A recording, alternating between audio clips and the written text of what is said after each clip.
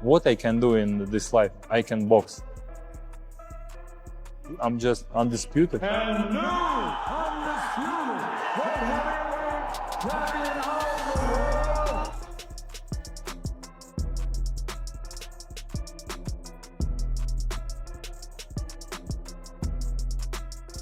Sometimes I don't like it. Sometimes I like it. First of all, congratulations on your return after surgery. How are you feeling physically and emotionally? Thank you. I missed training so much.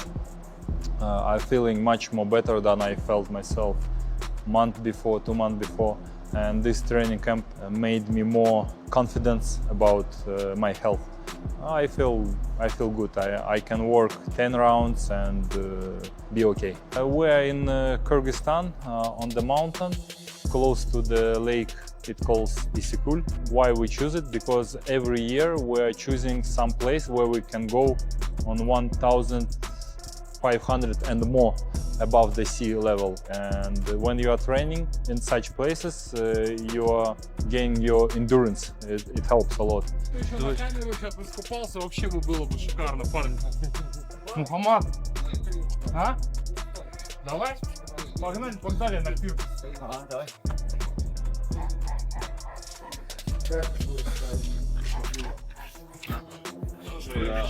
Там вид красивый. My brother, you left me. Давай, короче, мы тебя будем No problem.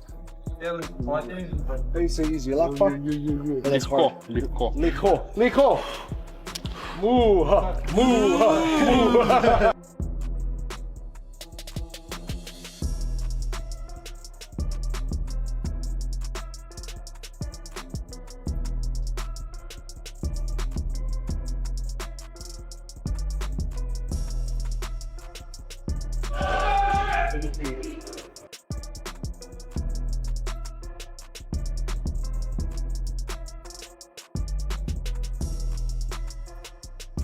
Inside the intense training camp, unified champion Dmitry Bivol is fine-tuning every part of his game like a man getting ready for battle.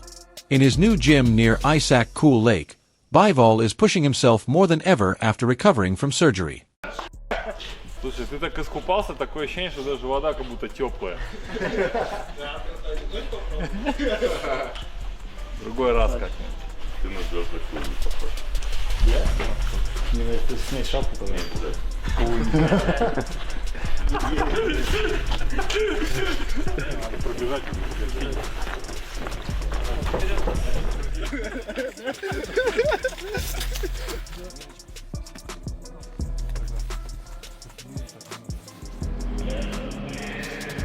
Konstantin Nekrasov, Bivol's performance and recovery specialist, describes the warm-up as a Webasto system, a remote start that powers Bivol's energy for the entire day.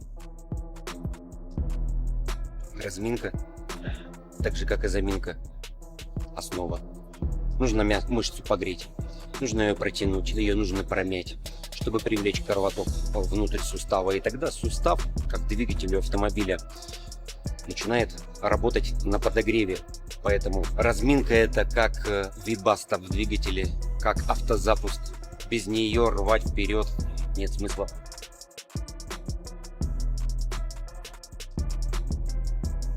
Konstantin Nekrasov, a performance and recovery specialist, describes the warm-up as a web-like system. It acts as a remote start that fuels Bivol's energy for the whole day. This is the start. You too. This is the start.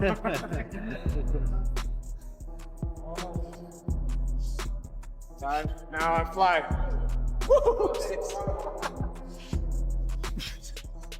Готовимся!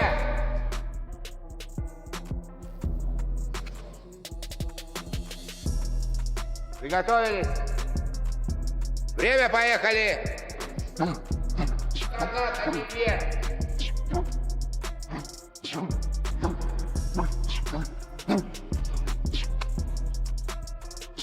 Taylor Rambell, the head of strength and conditioning, joins him for extra stretching work. And as the undisputed champion wraps his hands, Gennady Mashinov, the head coach and strategist, steps in.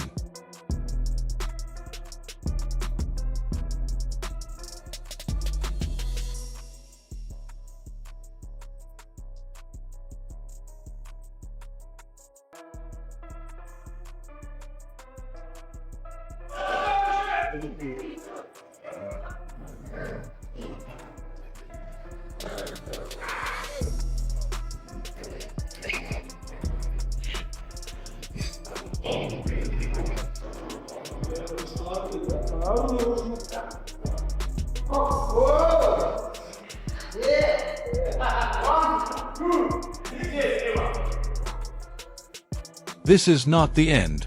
This is the start. Now I am flying. We have made it here. And this time, as Bivol puts on the gloves, the energy is clear.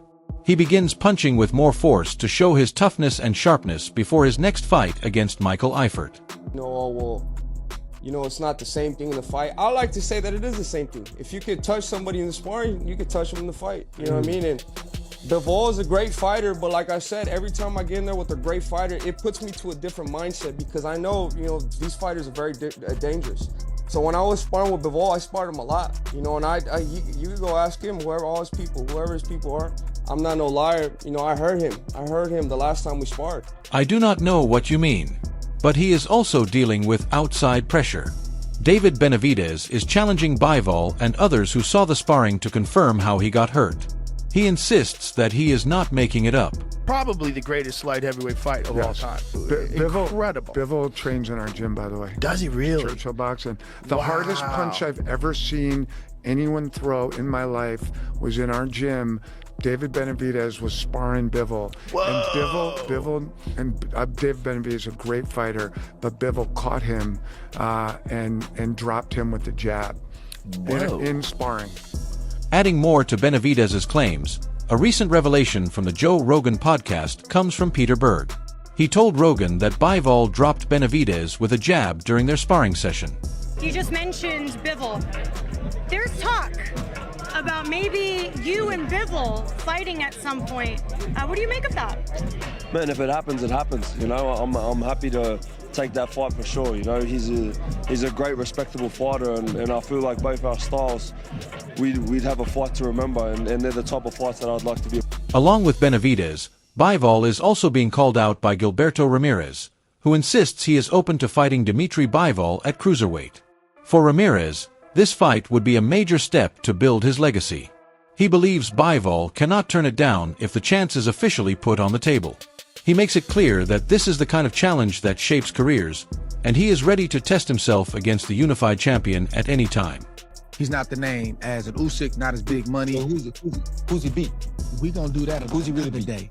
He's been at the weight class, at that cruiserweight weight class. It's not a lot of big names. It's not a lot of big names at that cruiserweight weight class. Am I making that up? Has it historically been big names at the cruiserweight weight class? No, that's why I skipped it. Right. So I'm just saying, I can't say that a man that's won a title, defended his title, as long as he had, I can't say that he hasn't proven himself. I'm not gonna say that. But the namesake is different. Yeah, I understand. Yeah. At this point, Roy Jones Jr. and Andre Ward are in a strong back-and-forth debate. Jones insists that Ramirez still needs a big win to truly show he belongs at the elite level. Ward argues that Ramirez is already clearing out the cruiserweight division, even if there are not many big names around him. Jones brings up comparisons with David Benavidez and questions how their records measure up. But Ward disagrees and says Ramirez has already proven his quality in the ring. Ward also suggests that Jones's support for Benavidez over Usyk comes more from reputation than actual results.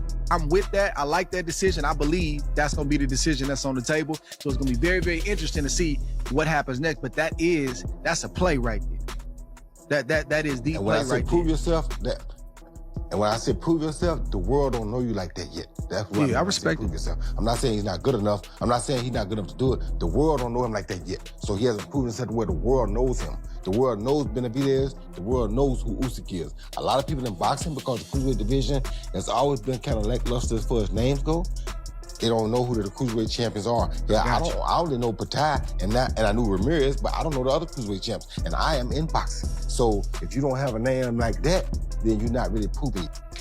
But Andre Ward does agree on one point. David Benavidez has already built a strong reputation in the boxing world.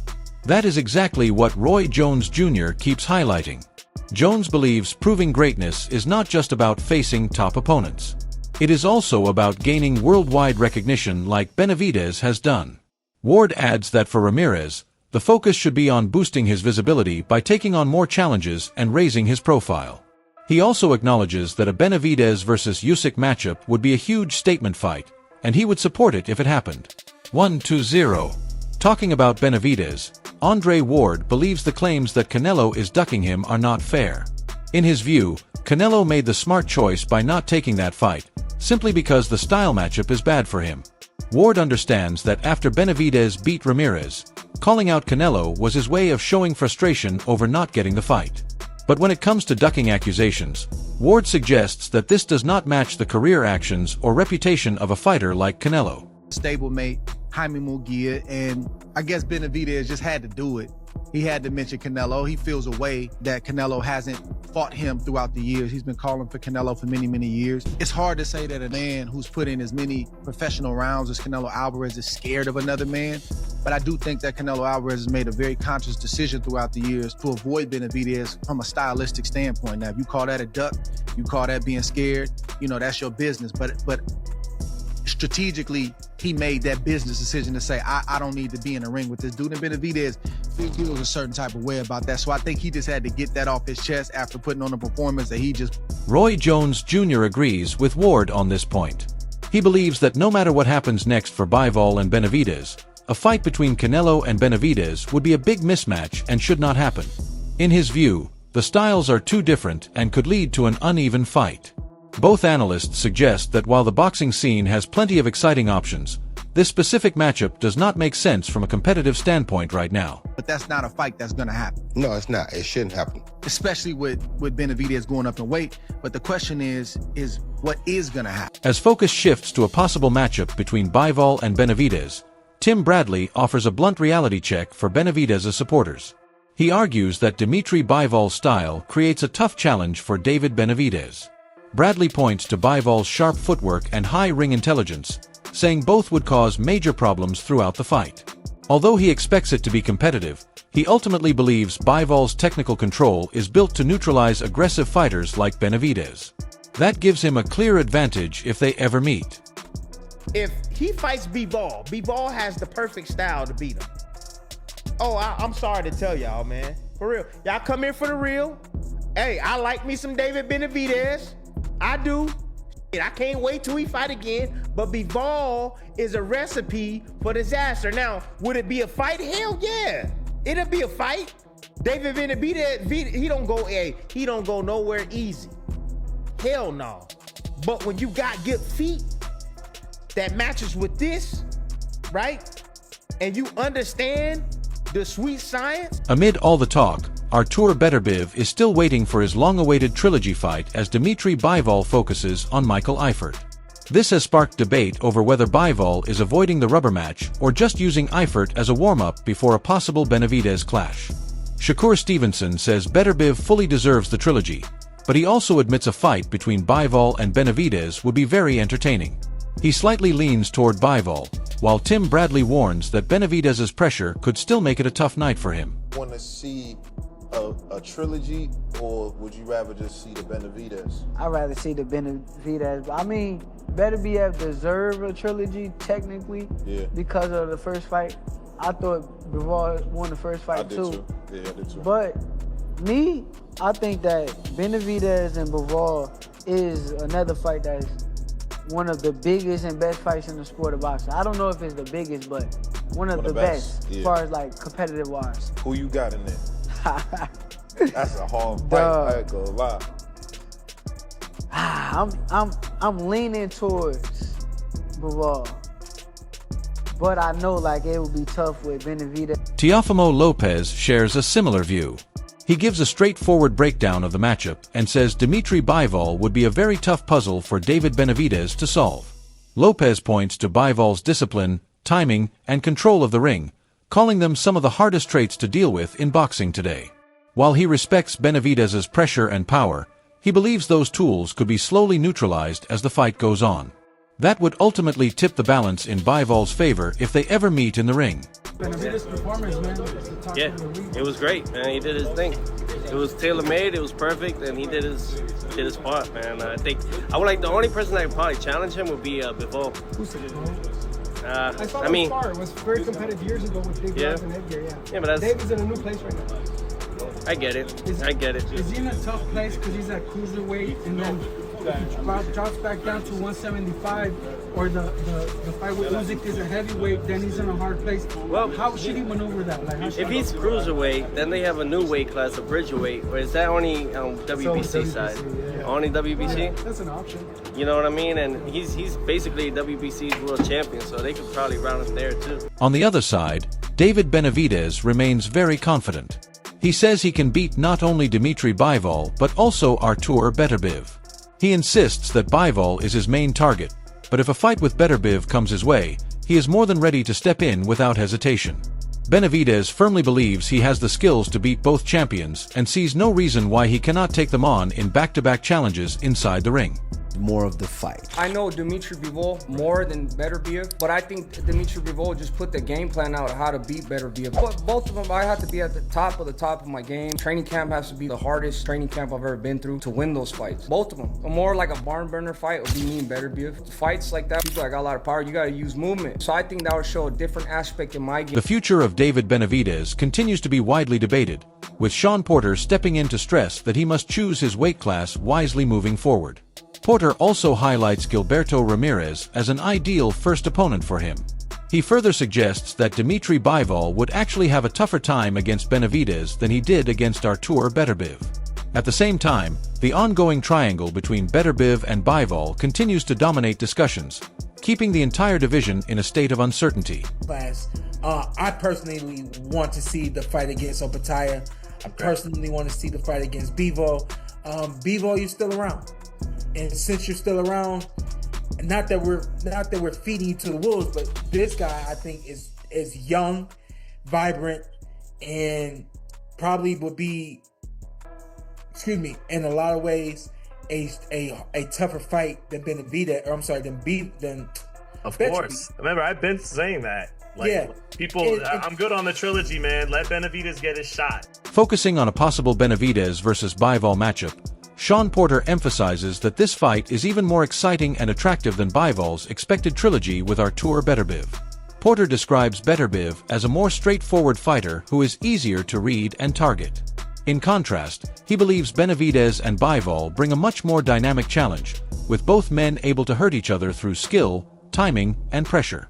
He argues that this mutual danger is what makes their fight the most intriguing one in the division. With Beterbiev, he's not complicated. He's going to be right there to hit and be hit, And like we saw with Bivol, it's up to Bivol to make the right moves, not be in the wrong spots at the right time. But with this fight with Benavidez, to me, there's just so much more that both these guys can do against one another that it makes it a better fight than the trilogy match with Beterbiev.